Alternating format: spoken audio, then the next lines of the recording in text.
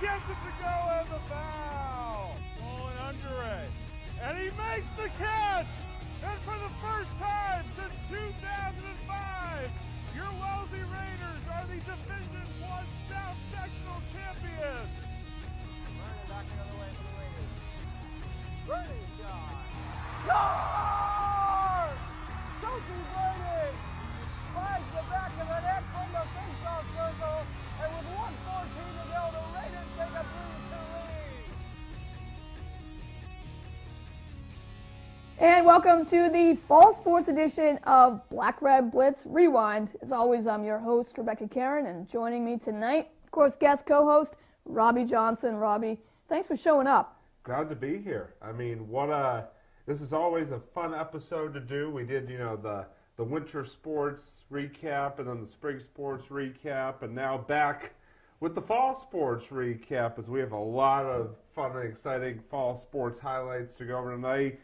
Boys soccer, football, field hockey, girls soccer, girls volleyball, all on the table tonight. So why not just jump right into it? Rebekah, now usually the last couple of recaps I've sort of kicked things off, but tonight, why don't we have you kick things off and talk about the very exciting field hockey season? Yeah. Field hockey was very exciting, and I always like to see how a team responds coming into a new season, especially after they've lost a lot of valuable seniors from the year before. And that was the case here for field hockey. I think Coach Howe actually had probably one of her most stacked lineups in general for the roster, because even though she lost starting goalie Sinclair Vandervoort, midfield Kat Donahue just owned that position, and other seniors as well. So the new captains in Phoebe Lawrence and Alex Ramsden really took over the new positions like totally in sync. Like you wouldn't have believed that, hey, they went from defense now midfield. Alex Ramsden was just a force to be reckoned with offensively, and Phoebe Lawrence just doing her thing, whether still defensively and also scoring goals as well. And so to see the Raiders jump out in the first 10 games unbeaten, and their first game that they played on the road at Walpole, 0-0 tie. Like Walpole has just owned them probably for like 20 years before that awesome overtime conference for that.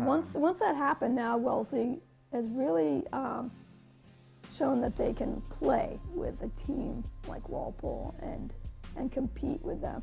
So that was really great to see for those first 10 games, playing like they had a chip on their shoulder. And also another exciting game too was against Waltham, an unfamiliar team that they had played against, not having to compete with Dedham anymore since they're not in the Bay State Conference. Pick a couple different teams. Yeah. Waltham, that was a battle throughout the game, and just to see in the last 20 seconds, Kayla Johnston on the breakaway to bury that score. So that was another solid win. So there were a lot of tight games that they won, but unfortunately what happened was during the end of the season, they hit a little speed bump, roadblock, whatever you want to call it. So their last 7 games, they went 3-4. So still, earning a number 10 seed on a tourney ain't too shabby. And so even though it was a lower seed, they still got home field advantage for the prelim as they faced a Hingham team, and easily took care of them with Caroline Dolan starting the scoring, and then Brooke Hamilton and Kayla Johnston taking care of the rest. Though unfortunately their tournament season would be cut short, sadly, by their rivals Needham in the end. But this season was definitely one to be proud of. And when you look back at it, you keep thinking about the resilience of this team and how they were able to overcome challenges. And that starts first with the 11 seniors that they had on the roster. And as we're displaying the pictures too from senior ceremony, just Phoebe Lawrence, Alex Ramsden, Emily Hollingsworth, Kayla Johnston, just to name a few, just did their part in making an impact on this team, whether it was even just a vocal leader on the bench or just coming in during the game and just making an impact. And not to keep talking because, especially sorry, I've just been coming back from a sickness, so I sound like fingernails down the blackboard. So what was something that you took out of that season that can hopefully save the ears of everybody in Wellesley right now? Well, two things, and you talked about defense, and obviously in a sport like field hockey, goaltending is quite key if you want to be successful. And the Raiders this season had Natalie Boyle in net, who did a tremendous job between the pipes. And I think the biggest game to sort of look back on, or one of the biggest games, was right at the start of the year, that Walpole game that you mentioned. First game of the year, Walpole, defending state champions, I believe. Even if you had to guess, probably right. Yeah, it's Walpole. They're Walpole. They're good. But she comes out and holds them to a scoreless tie. Yeah. I mean, that in and of itself is, first of all, it gives the team a lot of confidence and momentum heading into the rest of the season, but also gives her a lot of confidence. Say, hey, if I can shut out a team like Walpole, I can shut out pretty much anybody. And she did. Even in the games that, they lost, like the Needham game, I mean, she only gave up one goal in that first round loss. Unfortunately, the offense just couldn't come through. But, boy, and then another one, again, talking about defense, Grace Donahue did a tremendous job on the defensive end, really used her height to her advantage, which is only always a freshman. Only a freshman, and definitely definitely helped out at that back end in front of Boyle to limit teams' scoring opportunities, and it was good to see the Raiders really shine this year on the defensive end. So, as we always do for each of these teams, it is now time for our Raider game changer for field hockey. Rebekah, who do you have for the girls this year? Well, for me, I have to pick junior Brooke Hamilton. I mean, I think the majority of opponents that came in made the mistake of looking at her size. She's only 5 feet. So they made the mistake of looking at it and maybe even just writing her off like, we'll focus our attention on Ramsden or Lawrence or some other score. And that's the mistake that would bite them in the butt, if you want to say that. Yeah. I'm going to say that. No. Okay. What because it is. What you can't measure is heart, and this kid has a ton of heart and would play relentless on offense, defense, had fantastic stick handling. I mean, there's some passes that she made. It's hard to make quality passes in the game of field hockey. They got a lot of rules about how you're supposed to pass and how it's supposed to connect with the stick. Like, it's hard to figure out field hockey, just to be honest. And so for her to be able to do that, and still as a junior, speaks a lot to how talented she is. But again, I think the most thing that stands out is her offense. Her ability to find an open teammate just in the open field and connect on a perfect feed led to a lot of quality assists throughout the season. And that also helped Alex Ramsden have a pretty stellar senior season as well, because Brooke was the setter for penalty corners, and she would set up Alex like it was like a 1-2 punch for a lot of the games. And even you could see how much of an impact she was going to make, even just from the first game against Weymouth, getting a goal there. And then also, I mean, they had a huge game against Brookline. I think they scored 9 times. She had 2 goals, 3 assists in that game. And again, she's only a junior. But really, she just made everyone around her better. So it was no surprise that she was actually ranked number 8 in the Boston Globe top 25. So it's definitely, I feel like next season is going to just be even better for her. So now that we've pretty much talked up about field hockey. If we missed out on anything, well, sorry. But can't talk about everybody. Yeah. But now we got to move on to boys soccer. So, I mean, I think it's Captain Obvious here by saying that they had a pretty fantastic year. So, you want to kind of round that up? They certainly had a fantastic season. I mean, 14-3-1 overall is never too shabby a record. Bay State Harrogate champions. I think this is the second time in 4 years or something like that they've captured the Harrogate Division Championship. Under head coach Tim Mason, who since he got here to Wellesley has done a really good job of taking that program and turning it into something where year in and year out they are right at the top of the Bay State Harrogate Division. Actually was recognized this year as the Eastern Mass Coach of the Year. So I want to give congratulations to Coach Mason on that.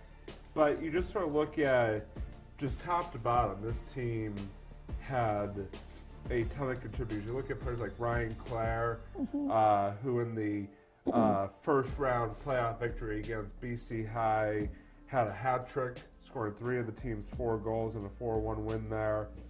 You look at a player like Edward Lash or Ryan Mohan or Daniel Frey, all again just doing their job. You know, we hear the Patriots always use the old saying, "Do your job." Well, for boys soccer, it really echoed true. I mean, whether it was a defenseman or a midfielder or an offensive guy, I mean, you know, just top to bottom, everybody filled their role, did their job, and you know, unfortunately, this team's season, I should say, came to an end a bit shorter than they would have liked. Unfortunate 3-2 penalty kick loss to Weymouth in the quarterfinals at home. You never want to lose in the tournament, but especially not on your home field when you're the 2 seed and you know, Weymouth being the number 7 seed. But still, just a tremendous run for this boys team. And you know, again, the last few years, I feel like we're always talking about them being right up there as one of the teams to watch in both the Bay State League and Division I South. And this year was no different. I actually got a little bit of revenge on BC High, because a few years ago I know BC High knocked them out of the tournament at Sprague Field in the quarterfinals of D1 South. So this year for them to get that victory over them in the first round, nice little. I know. I don't think a lot of these guys were on the team when that happened, but still a nice little measure of payback there. So that's sort of my wrap up there of the boys soccer team. So, Rebekah, what did you see as sort of covering the games out there this season? I think the 3 things that stuck out to me that was different from other years before was the 3 C's: confidence, consistency, and chemistry. And that was evident throughout the whole season, throughout the whole lineup. I mean, you look at the confidence that a player like Willie Corkill can have every game. You know coming in what he's going to do. He's been doing it since he was a freshman. Now coming in as a senior captain. Not just the ability to score, but I think even more this season, he shined through as the one, you know, dishing out the assists and being the unselfish player. And the chemistry, again, I mean, I think the surprise for me was having Ryan Clare come back, like you mentioned about Ryan Clare, having the Hattie in BC, but it was also just so much more. It was pretty much every game. He was always contributing. And he was also good at dishing out the assists, but being a true finisher in the aspect of burying the goals when they needed the most. And obviously losing against Weymouth was a heartbreaker, but if you look back at that game, I mean, the outcome wasn't what they wanted, but it was such a playoff atmosphere, just back and forth. They had the lead, Weymouth tied it. They think they had the momentum, tied at 1-1. It's late in the second. Well, guess who scored 15 seconds later? Ryan Clare. And the place just goes crazy. I mean, the bench, it was pretty crazy. It's just something special, Obviously, that wasn't how they wanted to end the season, but again, the chemistry. Christopher Cole, that was another player that I really enjoyed seeing. He made an impact even last year as a sophomore late in the season, so I was looking forward to seeing how he would do coming in as a junior, and just exceeded my expectations at least. And playing up against Brookline, who always seems to play them tough, had a hat trick against Brookline. So again, with that consistency, where in times past, other seasons before, maybe in a close game, it would end up being a tie. But again, the consistency that comes into play, that they were able to put goals on the board, and maybe if the other team, the opponent, responded, they didn't panic, and they finished it out, and that was a huge contributor to having one of their best seasons in quite a while. And again, losing to Weymouth, the lower seed, and of course someone also in Bay State Conference. Yeah, you don't want to lose to a Bay State Conference rival in the playoffs. And penalty kicks after double overtime, I mean, that was a heartbreaking loss. Let's put it that way, for all the effort, back and forth game. But when you think about the season, this is nothing that these 10 seniors can be disappointed or hold your heads up high. This was a fantastic season, one that has been so much better than other seasons before. And I think that loss will also give some motivation, a spark to the talent that still remains that'll be back next year. But again, we do the game changer, so we can talk about a lot of players, but what to narrow down, who do you think was the game changer for boys soccer? I am gonna have to go with Will Corkill. I mean, you're absolutely right. There are a lot of players that could have gotten the nod, but we talked about, again, the added do your job, and Will Corkill certainly did his during this season, whether it be setting up his teammates or putting the ball in the back of the net himself. He seemed to always be a magnet for the ball. He seemed to always find the ball out there, always seemed to be in the right spot.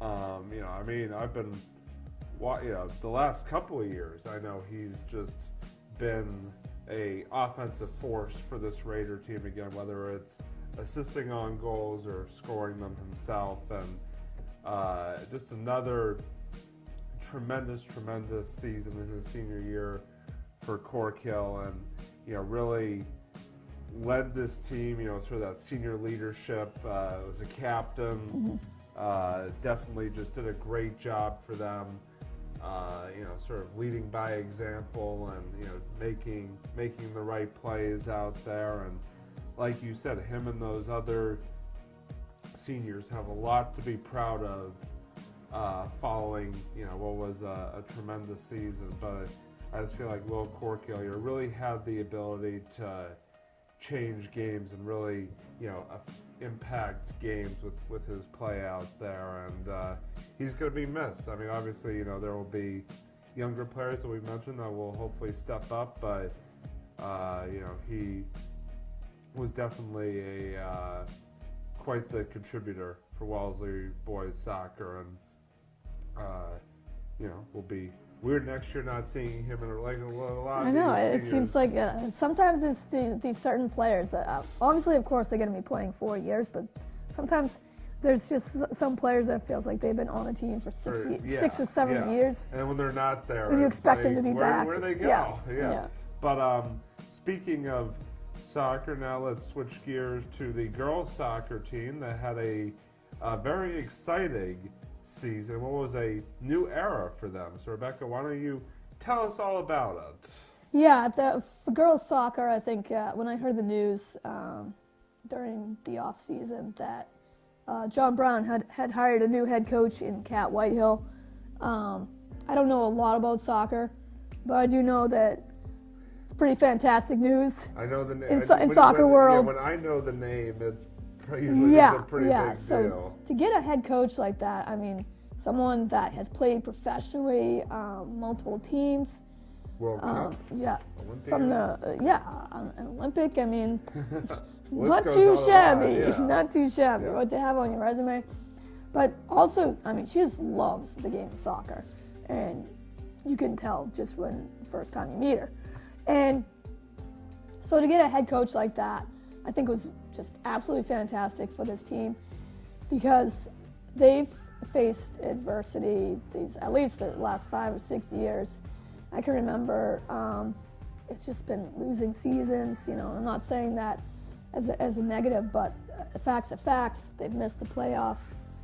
It can be draining mentally for players to just have a losing season. You know, you just missed the playoffs. And so, like I said, it was just perfect to get a head coach like that. And from day one, from practice, even their first game, it was a 2-0 loss against Walpole. I could even tell the difference there was just this complete different energy and focus on this team. And it started first with the 3 captains that the Raiders were very fortunate to have in Abby Silverstein, Caitlin Tchaikovsky, and Kelsey Zarro. I mean, they've been playing soccer for a long time, and also just to have multi-sports players too as well. You know, it's always great to see players that play different sports but also excel at them as well. And the leadership they had from day one. What I got out of this team was that there was a lot of, I keep using this word resilience, but man, I think that's just part of being a Raider. Yeah. Is resilience. And another thing too is heart. I mean, you can't have enough heart. Yeah. I mean, this team faced a lot of adversity. They still had their struggles, but what changed in this season from other seasons before, and I mentioned it with boys soccer as well, but I think it was more defined even for the girls, is that in other times they'd start off good in a game and then the other team would come back and then it would just end up being a tie or even, unfortunately, a loss. And I think that the example that, for me, that proved that point was how different this year was against Milton. I mean, you always want to beat Milton. Seems like in soccer, Milton seems to have the upper hand most of the time. Raiders came out and built a quick 2-0 lead in the first half, and then came out at halftime, and Milton scored 2 goals out of the blue, and it was suddenly, okay, now it's 2-2. Uh-oh, you know, is this going to be a tie? And again, that's when you saw this team just not give up. And you know what? Okay, we're facing adversity, we're facing a challenge. Let's go out and score the go-ahead. And of course, Caitlin Tchaikovsky buried that. So that was a huge win for them and to build up their confidence. And I think the other game too that stands out in my mind, and I think will stand out in the players' minds for a long time, is the fact their losing streak to Needham. Yeah.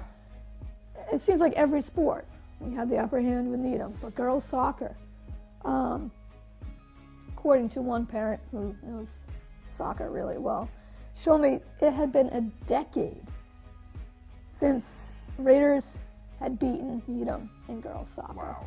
So here we go, late in the season, Raiders improving with each game, and they got a shot at the postseason. They got a game at home against Needham.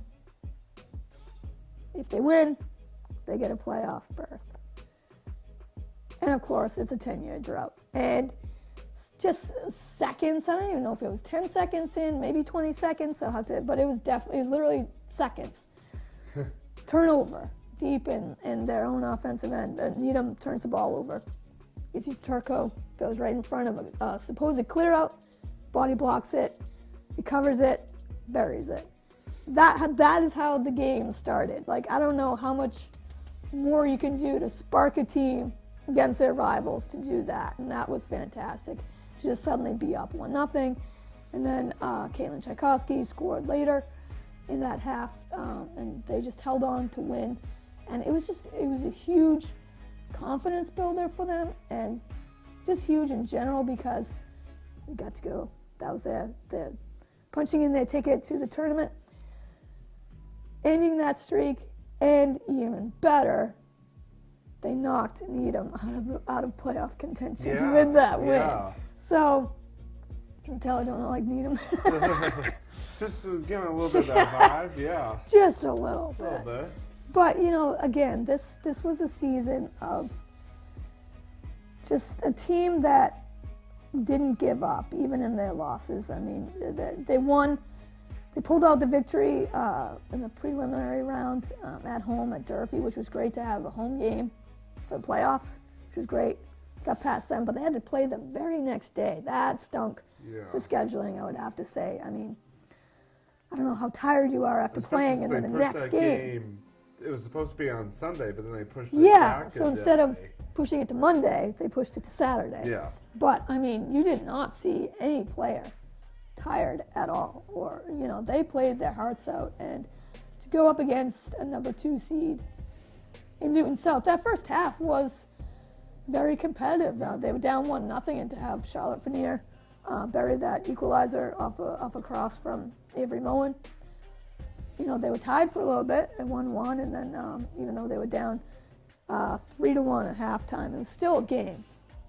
Unfortunately, Newton South then pulled away in the second half, blah, blah, blah. But the Raiders did not throw in the towel. They still were competing, and it was just, I don't want to keep saying that it was a fun season. It was fun because, again, I'm not that much into soccer. And you know what? Every home game, I couldn't wait to go and film it because it was just gonna be just the excitement. Excitement. I don't know if I want to say inspiring, but you know what? I'll say it was inspiring because you got these kids that just are playing their hearts out, and it was just a huge difference from what the seasons I've seen before. And I'm not trying to step on the other seasons before, but to see the attitude change, and even when they lost, it was like, you saw on their faces they wanted the rematch, like right then and there, and that is inspiring. And so, even though it ended quicker than they would have liked to, it was still a lot of fun. And I keep rambling on, so maybe you should take over and mention some other people. Yeah, I mean, I kind of mentioned back in field hockey, the whole idea of needing a sturdy goaltender to be successful, and the Raiders girls soccer team had that as well, with a name that Raider hockey fans will know quite well, Mackenzie O'Neill. Yes. Only a sophomore starting in net for this Raider team, and I had the opportunity to see that unfortunate first round loss to Newton South in the tournament. But I gotta say that even though she let up 4 goals, and they, unfortunately, it was a losing effort, Mackenzie O'Neill still impressed me with the fact that, she made some pretty key saves that could have made it even worse. But also, she took a couple of pretty tough hits there by Newton South players. It just got right back up here. Used that hockey toughness to just sort of bounce right back up and stay in the game. So I was just very impressed with her. I know all season long she did a great job of keeping the Raiders in games and playing steady in net for the Raiders. And another couple of players that also stood out were Nicole Beckett. It really seemed like anywhere the ball was, Nicole Beckett was, really just battling out there and, playing very aggressive and, just doing a great job. Also, Abby Camella as well. Really, again, I hate to use this adage continually, but do your job. And her and Beckett, and even Mackenzie O'Neill, certainly did theirs, helping this Raider team, like you said, to a postseason berth and a postseason victory as they begin the new era under Coach Whitehill. And now that I've sort of given my take, Rebekah, it's time now for, again, the Raider game changer. Who stood out to you, maybe just a little bit extra for the girls soccer team this season? There were a lot of players that stood out to me, but I have to go with Caitlin Tchaikovsky. as one of the senior captains. I think I mentioned before when we were talking about the boys that it's always great to see a player excel, not just play multiple sports, but then to excel in it. Like when you talk about Caitlin Tchaikovsky, you immediately think lacrosse because from day one, freshman, just mind-blowing how fantastic she is as lacrosse, already committed to play at Stanford. But she's also a fantastic soccer player as well. And it was just great to see the impact she made in pretty much each game. Even if she wasn't scoring, she was making the key passes, a lot of times to the benefit of Olivia Francis, just some young players, Izzy Turco, who just suddenly, like, mid-season started making more of an impact suddenly in the lineup, and it's like, oh, who's Izzy Turco? You know, immediately, like, against Norwood, just fantastic. They have a lot of young talent, and Tchaikovsky found a knack of, like, getting that pass, that cross to that person and having them score key goals. And also Tchaikovsky had fantastic chemistry with fellow captain Kelsey Zaro. They've been playing soccer since middle school, so you can tell. It was always like Kelsey Zaro maybe wasn't the scorer, but she was the if you want to say the set upper. Yeah. If she wasn't dishing out the assist, she was setting it up for some, and Tchaikovsky was at the benefit of that many times. And I think of one of the words that sticks out for me that to describe Caitlin was tenacious. She was aggressive in front of the net, and if the goalie, you know, stuffed her shot, you know what, she was going right back and trying again. And just thinking of some games that stood out, Newton North, that whole game, it was all Caitlin. She had a hat trick, which again, hat tricks are pretty hard in soccer. Yeah. You know, if you're talking about hat tricks in lacrosse, that's pretty much. Yeah. Sometimes you get that in the first half already. You Yeah. know? So it just showed how much talent she had as a soccer player, and her footwork as well. Just finding separation away from opponents in order to score, and that the footwork was showcased when Milton had tied up that game 2-2. Tchaikovsky deked and did this great move around a player, completely made herself wide open and buried the what was the go-ahead, but ended up being the game-winning goal. You know, and then you go to the game against Durfee, where it was a tight game, you know, battling both teams, and you knew whoever was going to score first was going to win.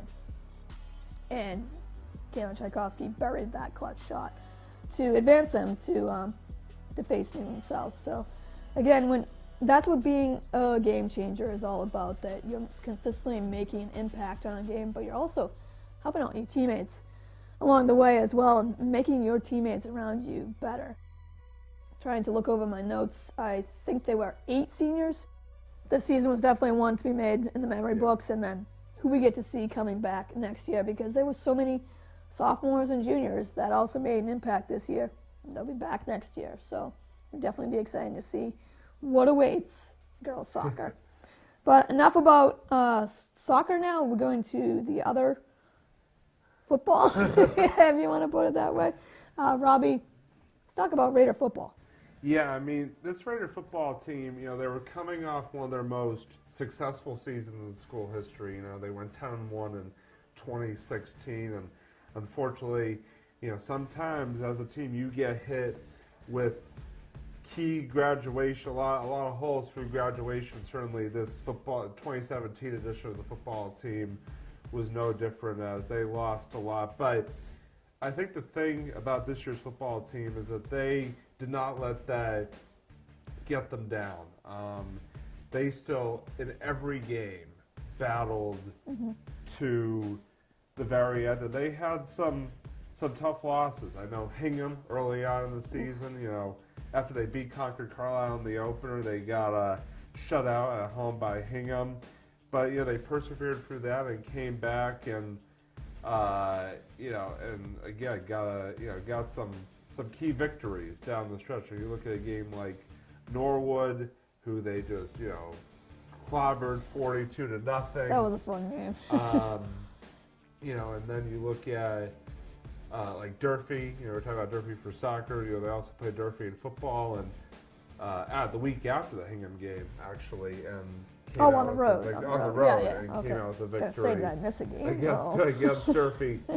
And unfortunately for this year's team, the playoffs were not in the cards. They finished 3-4, but lost a very tough game to Natick, which could decided playoff fate there.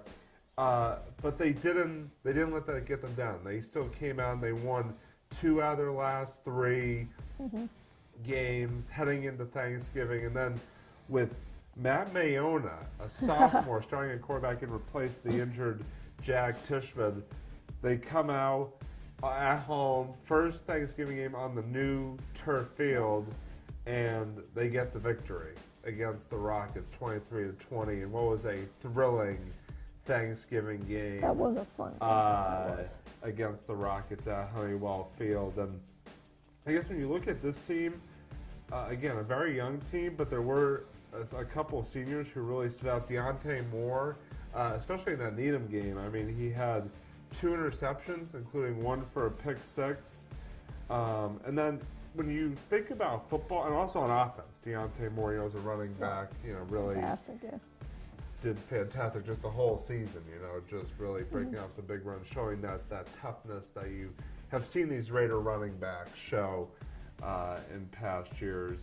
And then when you think of football, you think of up front, the linemen, the guys in the trenches, winning the battles, really setting it up for the skill guys. And the Raiders this year, had the pleasure of having Josh Cohen and Gus St. Fort sort of anchoring both the offensive and defensive line. Both seniors, both had, multi-year starters. And, I mean, they just were so impressive to watch. I mean, Josh Cohen, I felt like wherever the ball was, wherever the ball carrier was, he was in that backfield, every single play, whether it be on a sack or a tackle for a loss. And the same for Gus St. Fort. Just so impressive, again, anchoring that Wellesley line. And then there were a couple of young players that really stood out to me. First of all, Matt Mayona, like I said, your first varsity start at quarterback, and it comes on Thanksgiving Day against your arch rival at home, 130th installment, the oldest game in the country. And he played really well. Yeah. I mean, he had 1 interception, but even the first drive of the game, or the first or second drive of the game, the Needham gets out to a little bit of an early lead, but then Mayona, just really seemed to settle in as that game went along. And, even the first couple of drives was showing poise of a veteran quarterback, despite being, first time starting. And then he also started at safety as well in that game, and had a big interception, I know, to help seal out that game. Another young player, just a freshman, Shiloh White. Folks, I gotta tell you something. You are gonna be hearing this name called a lot in the next 3 years of this Raider football program. Shiloh White, only a freshman, saw a significant time at running back for this Raider team, and you know what? He really impressed. I mean, he just very fancy maneuvering. Really, again, sort of, we talk about a lot of these Raider backs, just turning the feet, being aggressive, being physical, not going down without a fight. And he really did just that. Even as just a freshman, showed that sort of toughness that you want to see out of a Raider back. And then the last player was Hugh Callahan, a receiver. Had a big game, had a touchdown reception against Needham, and aided in had a pick himself and then aided in that game on the INT. But he really seemed to be Jack Tishman's favorite target, and then Matt Mayona in that Thanksgiving game's favorite target to go to. And 6-5 overall, actually extended a bit of a streak that that they've been on, and that is that they've had a winning record every season since Coach Jesse Davis took over this program back 5 years ago. So that's not a bad feat. Anytime you can finish above 500 is a pretty good season, especially to get to above 500 by beating Needham on Thanksgiving Day. Sure. Is always not a bad way to end the season there. And I think this Raider team has a lot to be optimistic about as they head into future seasons. So now that I've sort of broken down some of the players and games for this year's football team, Rebekah, who sort of stood out to you watching this team this season? I don't know if you left any players for me, honestly. Sorry. So I'm looking at my notes and I'm like, okay, that's taken. So I'll just reiterate a little bit more on some of them. I really liked the running back core. As you were talking about Shiloh White, he's going to be doing great things. Already did great things. If you want to watch some of his highlights, check out the Concord Carlo game and the Norwood game. Fantastic. Jack Tishman, I don't want to take too much about Jack Tishman, but he was on. I mean, the play action and the quarterback option when that was running good, those are the games that they just seemed unstoppable. And fortunately, this was a season of ups and downs, but they also lost a lot of players from last year. Yeah. So it's not like they had the same players and then came back and after a season of last year and then struggled to get to 500. Right. They had a lot of voids to fill, and I think it helped with having Jack Tishman return from being the quarterback from last year. So at least they had that.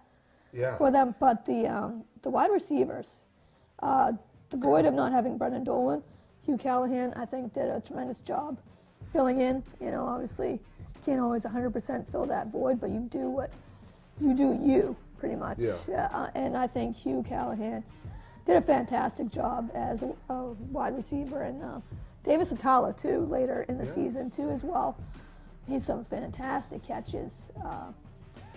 And even the loss against Walpole, I mean, they always play Walpole tough. I almost said waffle. And I'm hungry. Yeah. And, that was a 13-7 loss, but you know what?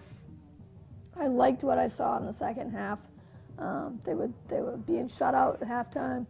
They made the halftime adjustments. And Jack Tishman had started up a nice solid drive, 10 plays, I believe, and 75 yards down, and ran it in for a touchdown. So, unfortunately a loss, but they were still competing.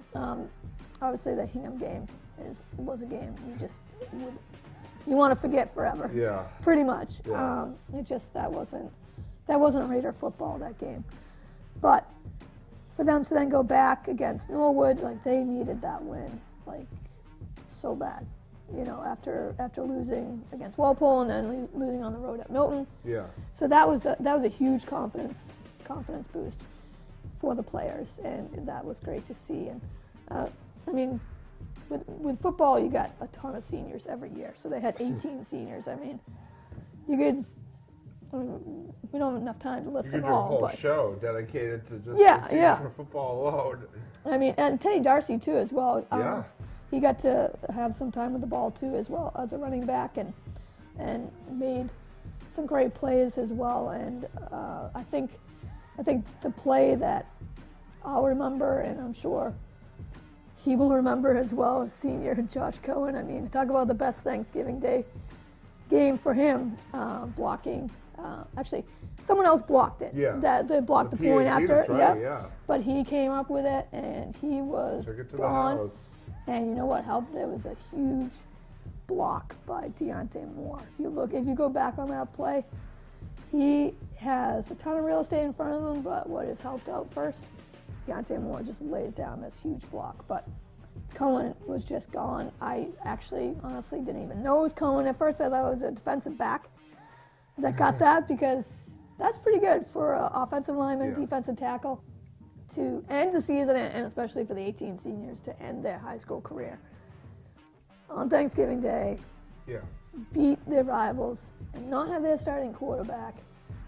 Maybe a lot of people thought maybe this was going to be a loss, and I'm included. I will say I had a little doubt there, and that's a reserved comment on that one. But no, I don't mind saying that because that is when I love being proved wrong, and so that was again just a great way to end their high school career as a Wellesley Raider. But obviously we got to pick a game changer for football. So who have you not talked about yet? Well, it's actually going to be somebody that, that we both talked about, Jack Tishman. I mean, you hear in football all the time that an offense is only sometimes as good as your quarterback, and your quarterback has to be your field general, your captain, your leader. And Jack Tishman is all those things. Like you said, started last year as a junior, had a tremendous junior season, and then comes back this year and, really at time, most of the time really did look impressive at quarterback, and just with his senior leadership as a senior captain, just really led the team by example, knew the offense inside and out, really just, when he wasn't making plays with his arm, he was making plays with his leg. And folks, if you don't believe me, go back to that Walpole game and watch for one play in particular where he literally just leaps over a Walpole defender on the midst of a first down run. I mean, that is some pure athleticism right there. Check it out on Twitter, too. Yeah, shown by Jack Tishman. I'm sure he would have loved to play in his last high school game on Thanksgiving, and I feel for him that he wasn't able to be out there. But just the last 2 years, and this year included, he was your prototypical quarterback. Was just a great leader on and off the field. Did all the right things. Really led the offense, and he's going to be missed.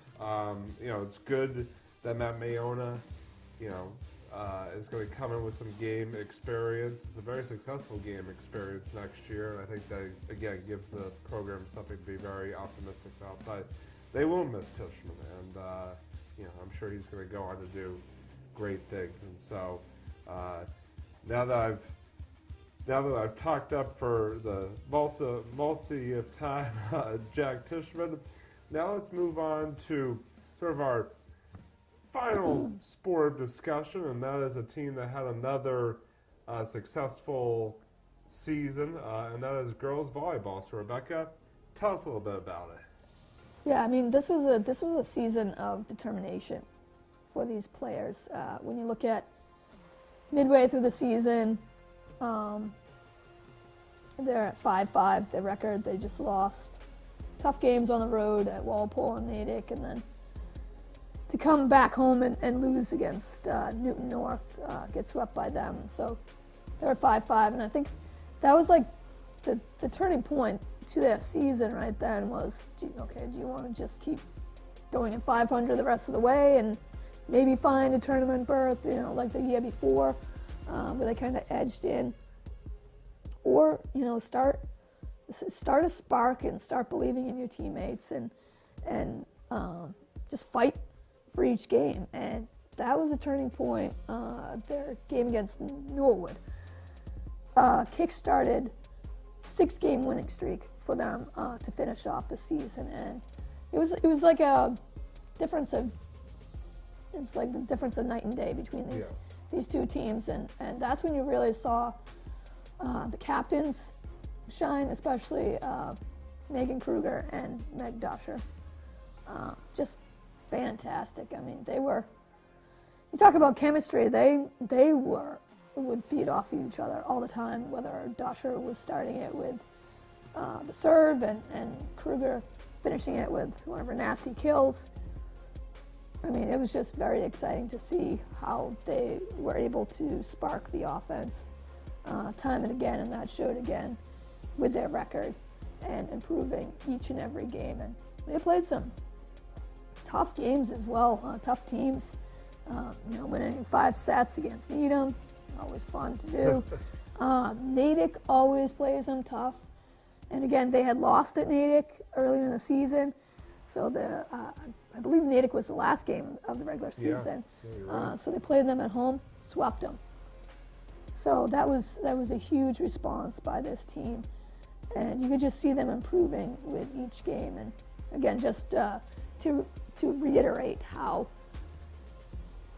much of, I don't want to say game changer because we're going to be talking about game changer soon, but just how much of an impact Dosher and Kruger was. And one instance, when you think of Dosher, that stays in my mind. They were playing an unfamiliar team in Georgetown. And I believe it was the second set, and they start the set with Meg Dosher serving. Besides aces, and then just providing fantastic serves that would end up in being points for Raiders. The score was 21-0 before Georgetown finally got a point and stopped Dosher from serving. Wow. You must be doing pretty well if you get 21. Just filming it, and it was like, serves. and serve, and ace, and ace. It was just fantastic. So that was definitely a game that stood out, but just to show how I'm trying to think of the word here, and I can't even think of it. It's probably some simple thing. Overpowering. Let's go with that. Yeah. How overpowering the two of them were. If you shut down Megan, you couldn't shut down Meg. If you shut down Meg, you couldn't shut down Megan. It was like the combo was fantastic. And so winning their last six, then they ended the season, nice solid season at 11-5 because of the response to this team made and earned the number 9 seed in the Central West divisional playoffs. And had their first test was facing the number 8 seed, Shepherd Hill Rams. And usually when you have the number 8 and number 9, they're like just barely, could go either way. Sometimes they're tied, and it's just whoever, one more in the contest or whatever, if that makes any sense. But it's a coin toss. Yes, that's what I mean, coin toss. Man, where's my brain? I'm glad I have you, man. But Shepherd Hill was actually 14-6, so there was a big difference. They played a little bit more games, and they had more wins, and so you have to travel what seemed like forever. I mean, this was the Connecticut, Rhode Island, Massachusetts line. This was out there. This was out there, and Shepherd Hill. What I find too when I go on the road for the volleyball playoffs, because they play in Central West, it's going to be a hike, but it's also going to be against a team that volleyball is huge there. They have a huge fan base. Yeah. It's going to be packed. So of course it was packed at Shepherd Hill, and for them to come in, obviously on their mind is to upset them, but of course you also got to play the game too. Even though they say you want to upset them, well, of course you got to play. And the first set goes to Shepherd Hill, and it seems like it's pretty much like the momentum is Shepherd Hill, but Raiders fight back and then win the second set, and it goes back and forth. Shepherd Hill wins the first and third sets. Raiders win the second and fourth set and fight their way in that fourth set. That was a up and down fourth set for Raiders to just play gritty volleyball and fight for that, what would be that deciding fifth point. And again, we're in the playoffs, so to go to five sets is pretty fantastic. It's intense, I'm sure. Yeah, so it was intense. It was the gym was packed, and that's when Raiders again believed in each other as teammates and faced adversity. And maybe I would say it was more of a quiet night for Kruger and Dosher, even though they're making contributions a little bit more quiet than other nights. And that's when you saw the depth of this team, because then it was the juniors like Anna Hermachinsky and Maria Vitali, who just were clutch in that game and ended up helping in that fourth set to make it a fifth set. And it went down to the wire. The fifth set is always 15 points unless you're not 2 points ahead. So of course, it went to 16. But Raiders, fought it off, and probably the loudest kill that Megan Kruger made in her high school career was for that deciding 16 points. So it was just a really exciting game, a tournament win for them to knock off the number 9 seed. Unfortunately, they then went to Groton Dunstable and just were pretty much overpowered by that team. But again, just to see, it's great to make the playoffs, but you also got to look back at how you got there, the journey. And it was great to see how they again relied on each other and overcame challenges, and it's something that all the seniors will remember and look back on as positives. But obviously those weren't the only players on the team, so let's have a shout out for more of the ones that made impact. So who would you like to talk about? Yeah, I mean, one of the players that I really want to talk about is and when you talk about volleyball, obviously, all positions are important, but especially important is up front. And you look at, Raiders volleyball has always, had some very talented up front players as far back as I can remember. I mean, I'm thinking back all the way to the Tiara Allen days of, just really solid, height up front and spiking ability. And you look at players like Kruger and Katie Jones and players like that who really just continued game in and game out, point in and point out to make an impact for this team. And you talk about the Shepherd Hill match. I mean, when you're on the road in a tournament contest, I mean, you're just gonna, every point matters. I mean, it matters in every match, but especially in that type of environment. And just everybody needs to step up big, and they certainly did in that victory. And I mean, like you said, 12-6 overall record, 11-5 in the regular season. Sort of bounced back after sort of midway, sort of being at a crossroads. This team, deserves a lot of credit for the season that they had. I know it, ended, in the quarterfinals against a tough top seed, Groton Dunstable.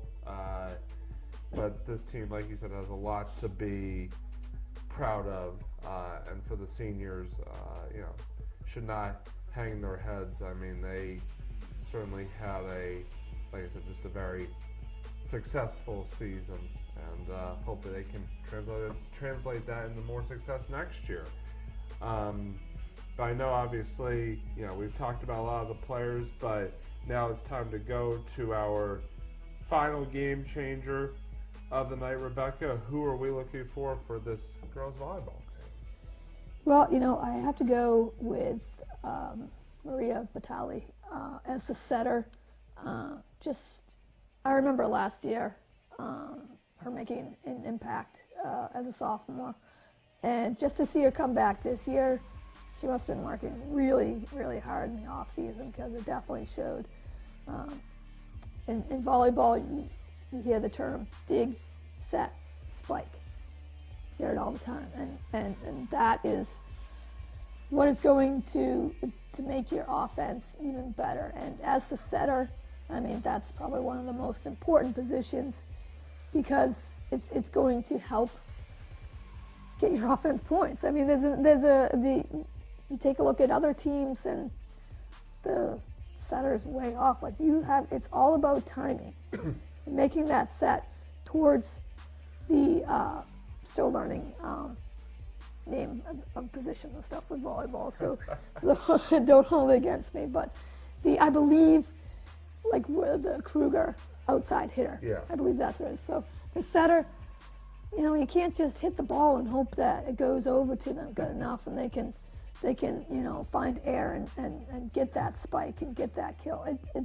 It's timing. It's making sure the location is right, and just looking at all the games. I mean, Batali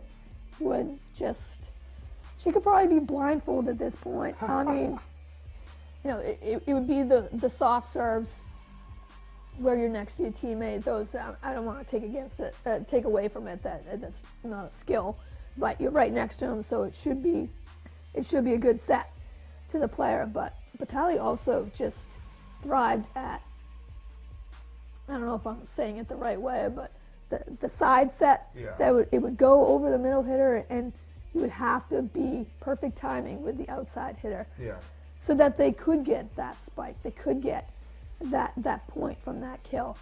And it was just tremendous how well she did it, and even perfected what I would call the backwards set, where she's got her back to the outside. I don't know if it's the right outside hitter.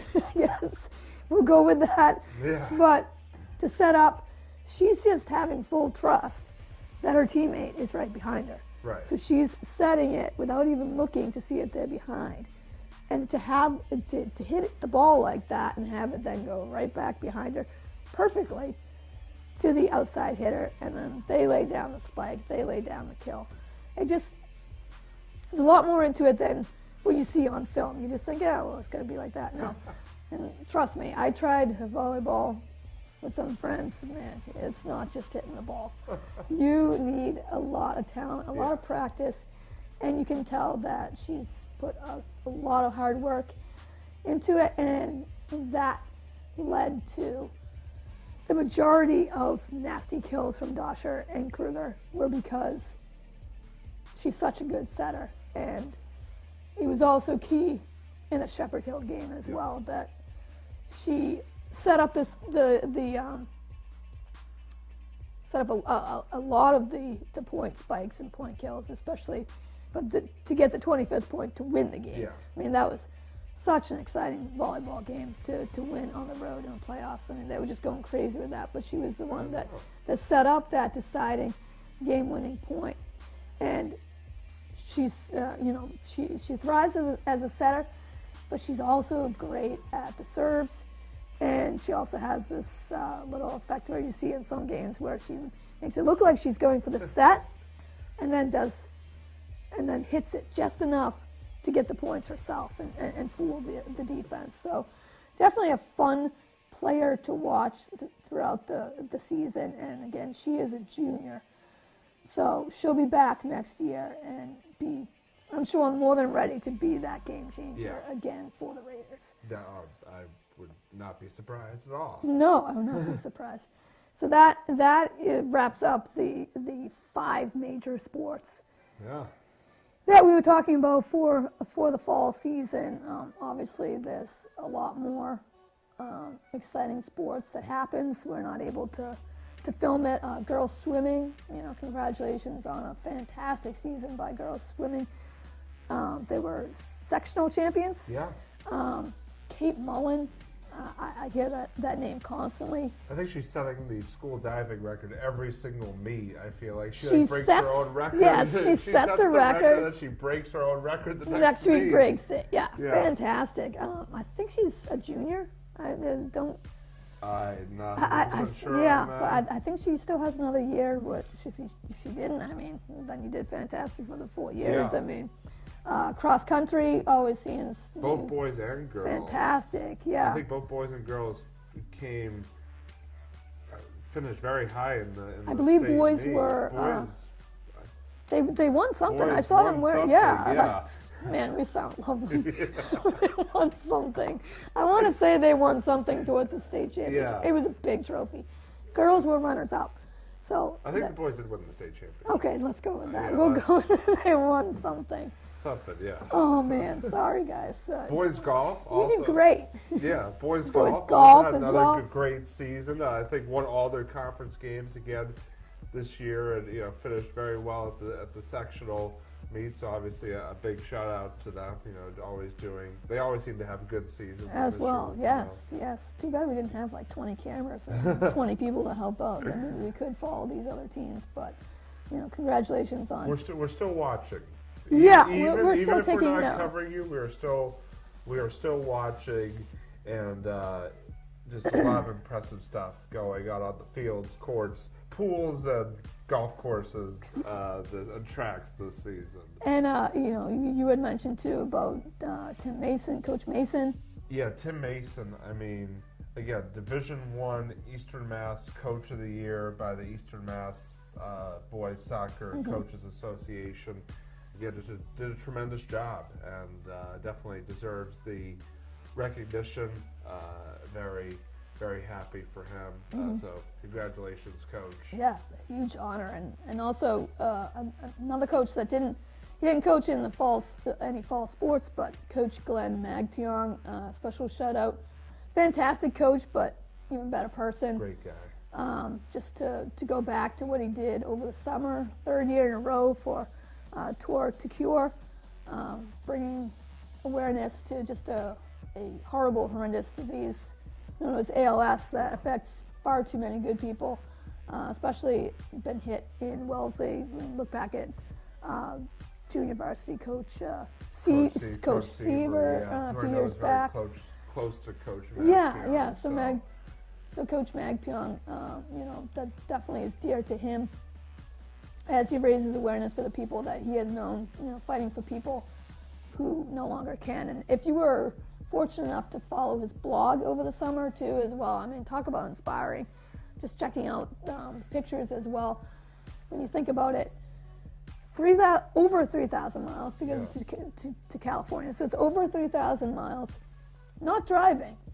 Riding a bike. It was him and his and dad. His 80-year-old dad. And a friend of his. And yeah. I gotta say, you want to talk about toughness and perseverance.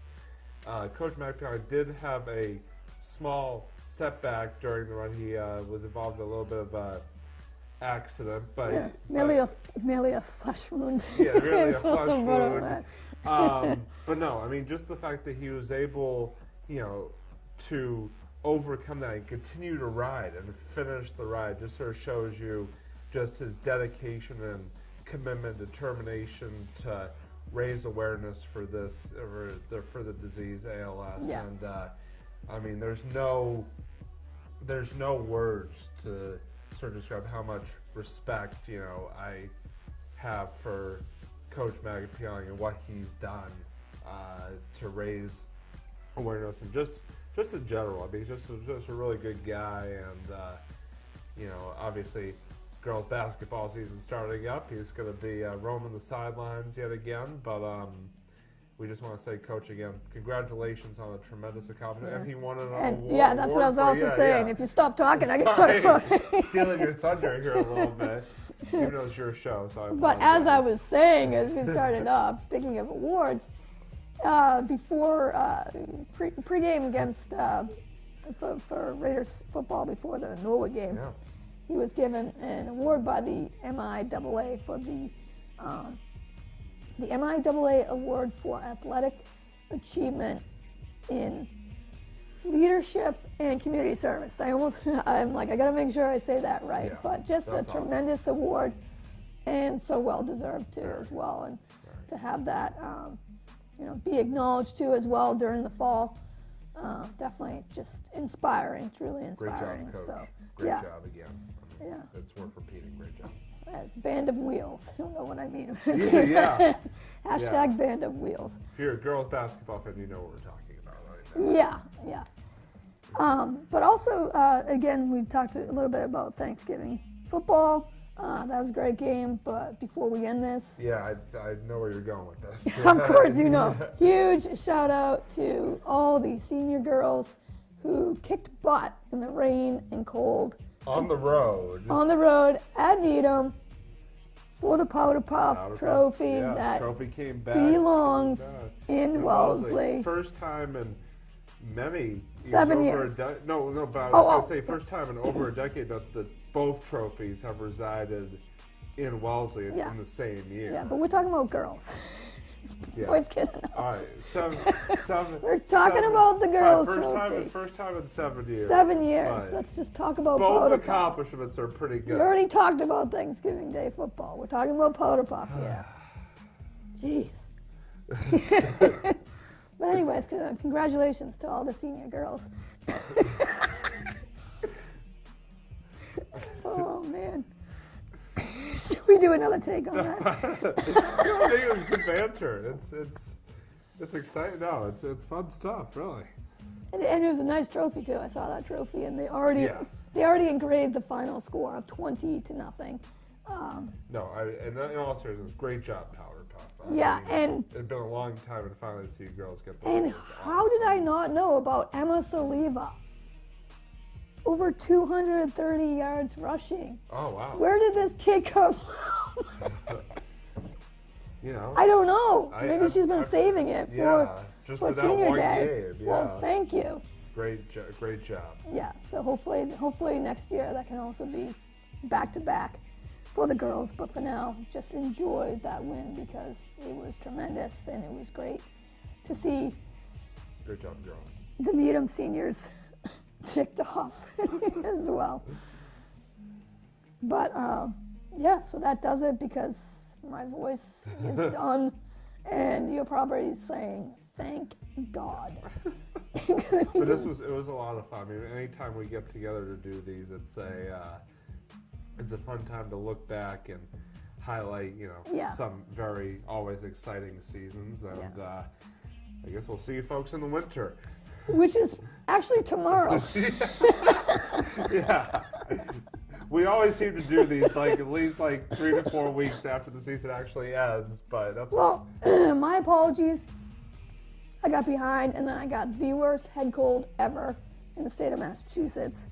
That 2 weeks later, I still don't have a voice, and I went through a whole ginormous bottle of Gatorade just to do this show. So thank you for your patience, and sorry you had to listen to this voice, but hey, thankfully, thanks again for guest co-hosting, not ghosting. Not ghosting, yes. Not ghosting this time around. No, it was a lot of fun. So thank you. And of course, join me next time for when we do the winter sports recap. Yeah. So that officially ends this episode. Of course, you can check on demand at wellesleymedia.org. If you missed any highlights, you want to, for some reason, listen to my voice again and watch Black Red Blitz, I don't know, knock yourself out. I don't care. That's fine as long as you don't mind his voice. But check it out on demand at wellesleymedia.org and on YouTube and Facebook pages at Wellesley Public Media. My voice is going, so you know what? Just cut. Thank you for watching. I'm Robbie Johnson. You're messing it up. That's Robbie Johnson. And that's Rebekah Caron. Thank you for saving my voice. Thanks for watching Black Red Blitz. Go Raiders. See ya. Now Hubbard coming out to play. Hubbard gets leveled. And oh my goodness.